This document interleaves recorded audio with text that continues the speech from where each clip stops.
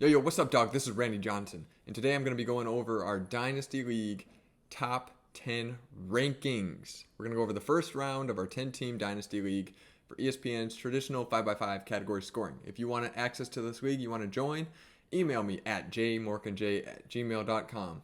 If not, you just want to hear the top 10 rankings for a Dynasty League and why or why not, check out this video. All right. So here we are. So this default ranking, this is top 150 that I got already set up in here, is from Scott White's top 150 Dynasty League rankings that is on his page on cbssports.com. Love me some Scott White. He's my favorite fantasy baseball analyst. So I have made a couple modifications in here in the top 10 to reflect my own desires, but the default is his. Okay, so who do you got number one if you got the number one pick in a Dynasty League? Ooh, that's so valuable. You got your pick of the dozen. I'm taking Ronald Acuna Jr. Now, Scott White had Julio Rodriguez. I switched it around. Why did I switch it around? You can't go wrong with either one, but I'm taking Acuna. Why? Let's check out this StatCast. So Acuna had a bad year coming off the ACL. A bad year relative to expectations, right? Well, check this out. He finished 14th in expected WOBA last year. 14th. All right, let's dive in deeper. Check out all this red. All right, here's some dark red. We got max exit velo, 98th percentile. He's got huge raw power, average exit velocity, 86. All this dark red. The only thing is blue is defensive stuff and K percentage. So his K percentage was not that great. If you look at his history of K percentage, it's been pretty high, but look, it's been trending in the right direction the last 2 years. His walk percentage did go down last year, but it's been very, very elite in terms of top 1% in the league before. His max exit velocity, he's got as much raw power as anybody in the league. His average exit velocity went down a little bit, and you attribute that to his leg strength not fully being there because of the ACL, blah, blah, blah. I expect that to recover, and I expect him to hit the ball. Check out 2021, shall we? His 2021 is ridiculous. Top 2% in exit velocity average, top 1% in max exit velo, top 6% expected batting average, top 1% expected slug, 603, expected WOBA, top 1%. This pretty much means he was the best fantasy hitter in the entire league. Look at all that dark red right there. I mean, just the basically perfect player aside from a moderate strikeout rate. Look at this. Ever since he's been in the league, dark red on expected slugging, solid expected batting average, huge stolen base numbers, and he's still only 25. Now, my formula for this Dynasty League is going to be 3 years. I'm looking 3 years. So much changes in fantasy baseball. I really don't care about anything beyond 3 years. So in 3 years, he'll be 28, right in his prime. J-Rod will only be like 24 years old, which is desirable. Then you look at injury. I like more shorter, compact players. If I'm just going to look at long-term injury viability, obviously it's very subjective, that kind of measuring stick. But if you compare Ronald Acuna to our guy, Julio Rodriguez,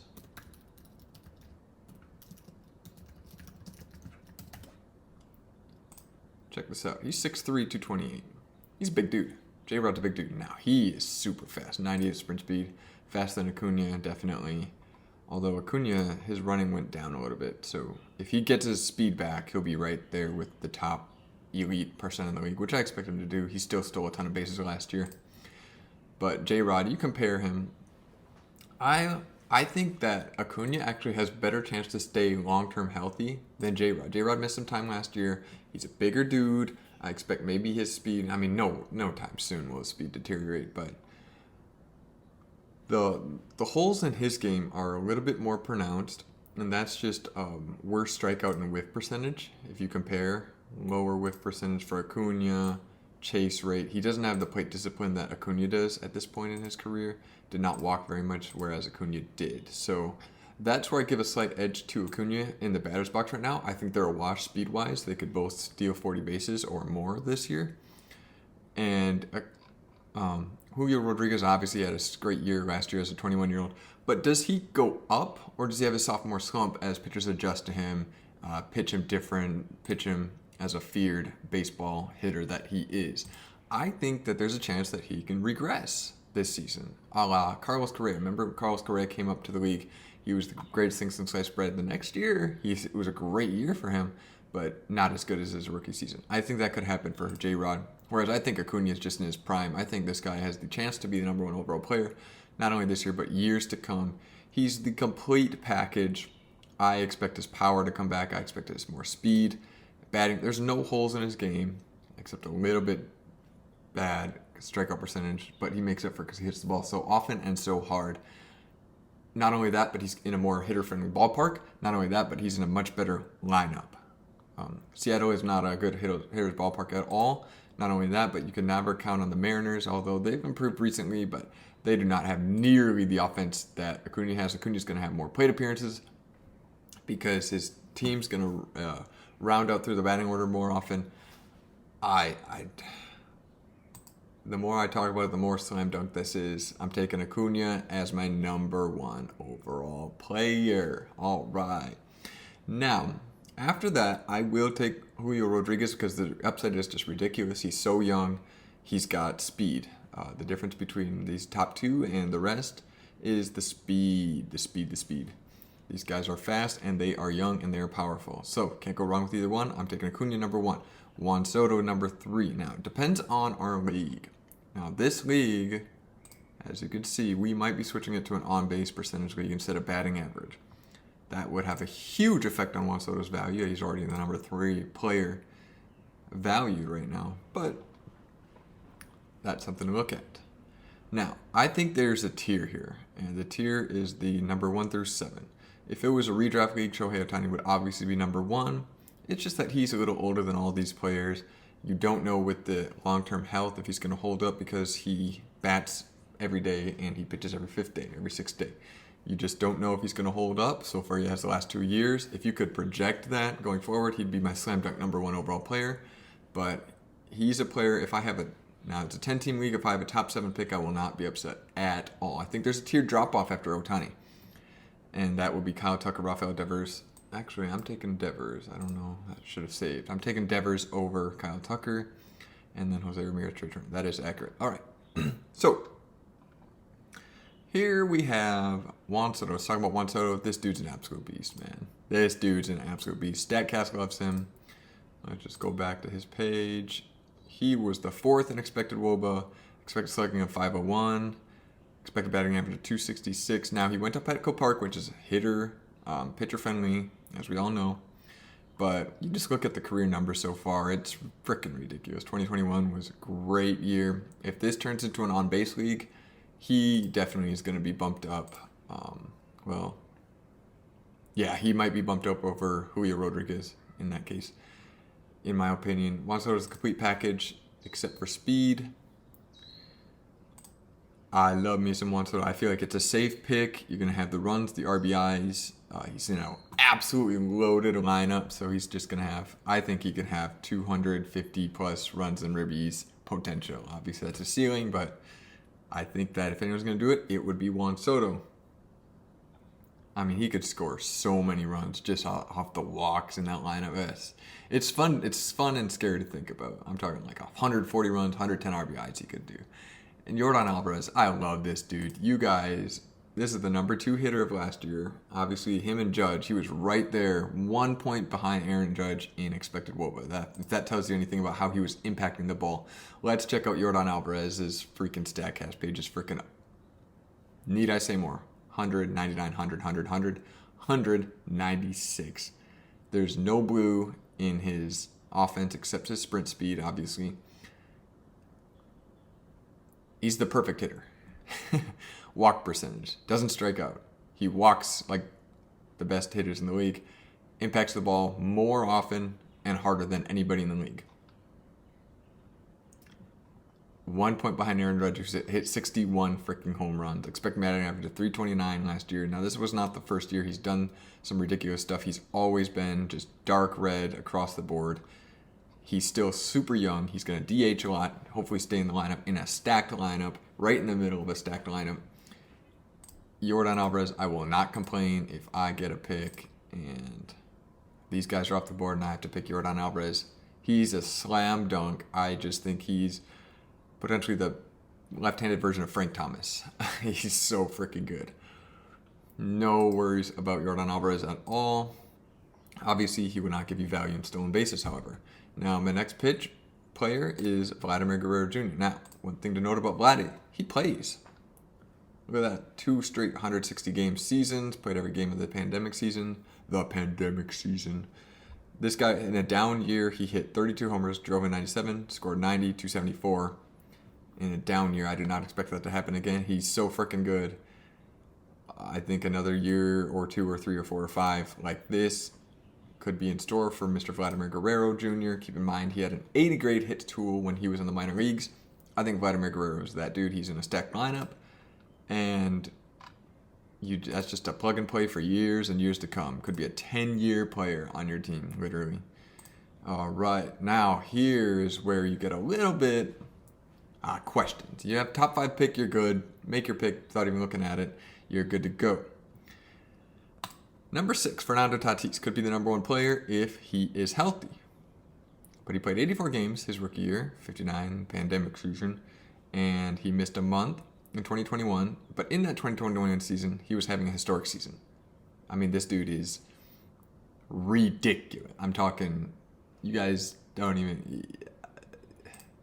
I mean, let's just look at his page from 2021. See if the underlying metrics back him up. This is Fernando Tatis. I mean, talk about Yordan Alvarez. He's right there, except with 96 percentile sprint speed, 100 arm strength. This guy is a freak. He's a freak of nature. He's 6'3", 217, solid muscle.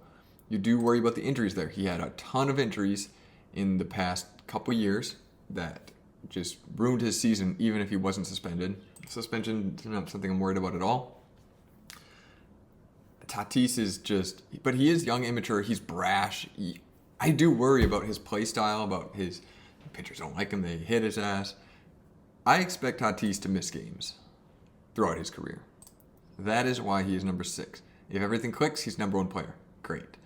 If things go south, he's just the quintessential risk-reward player right there at number 6. And at number 6, I would be comfortable making that bet because I think his floor, if he's healthy, he's going to dominate the league. He's so talented, along with Juan Soto and Manny Machado in that lineup. It's ridiculous. Just daydreaming about the numbers he could put up is pretty fun, if you ask me. Our frickin' ESPN, I don't know, ever since ESPN updated their style a couple years ago, it's always had problems freezing and stuff on the page. It's really annoying. At least it refreshes fast. Now, then you got Shohei Ohtani, another player who could easily and probably will be number 1 overall if he's healthy, of course. I mean, this guy was the number 4th ranked pitcher and about the 24th ranked batter last year. That's just as valuable or more valuable in fantasy than Aaron Judge was last year. It's just hands down. If he's healthy, he's the number 1 player. The only thing is he's older and he has a little more slightly injury risk in this dynasty context, and that's why I got him at 7. Will not complain if I have the 7th pick and he is there. Will not complain at all. Now here's where I think there's a slight tier drop off, although it's very slight because Rafael Devers is a 4 category beast. He plays all the games. He's got 256 game seasons, played 141 last year. He'll give you batting average. He'll give you on base, kind of. He'll give you slugging. He's going to give you huge RBI and run scored numbers. If everything clicks, now the thing is the Boston Red Sox lineup is not that good anymore, and you don't know how long it's going to take before he gets more support around him. You assume it'll come, but right now it's not looking good. So Devers, he's still super young. I think he's just a safe play at a weak position, third base. You get that position locked up for years to come if you draft him. I don't think you're complaining much if you get Devers. He's not going to give you speed, but he's pretty much just a lock to be solid to great in 4 categories, and that's super valuable. Kyle Tucker, now here's where I think you have a small drop-off again after Devers, and the reason for that is you look at Kyle Tucker. Obviously, his page is lit up in red as well, but last year it took a little step back, and his power Seems like it went back a little bit. Obviously, it's not the elite of the elite, but it's right there in like that second tier of just great hitting. He's in a great lineup. Last year, expected slugging was 482, so it was not as good as he actually slugged. He still hit 30 home runs right there, 107 RBI, 71 runs, but in the middle of that lineup, it's hard to go wrong with him. Now, his sprint speed was 32nd. It's very interesting how that works. It looks like he lost a step last year, but he stole 25 bases. So I don't know what to make of that. I guess he's just a really smart base runner, whatever, but I can see that falling off a cliff at the same time. So his value here is propped up because of the stolen bases. I just don't know that he's going to steal 26 bases, 25 bases a year. If he does, then that probably shoots him up over Devers right there. But you just don't know about the speed with Tucker. But he's young. He's in the middle of a great lineup for years to come. And it's hard to go against Kyle Tucker. That's just a safe pick at the end of the first round. Jose Ramirez.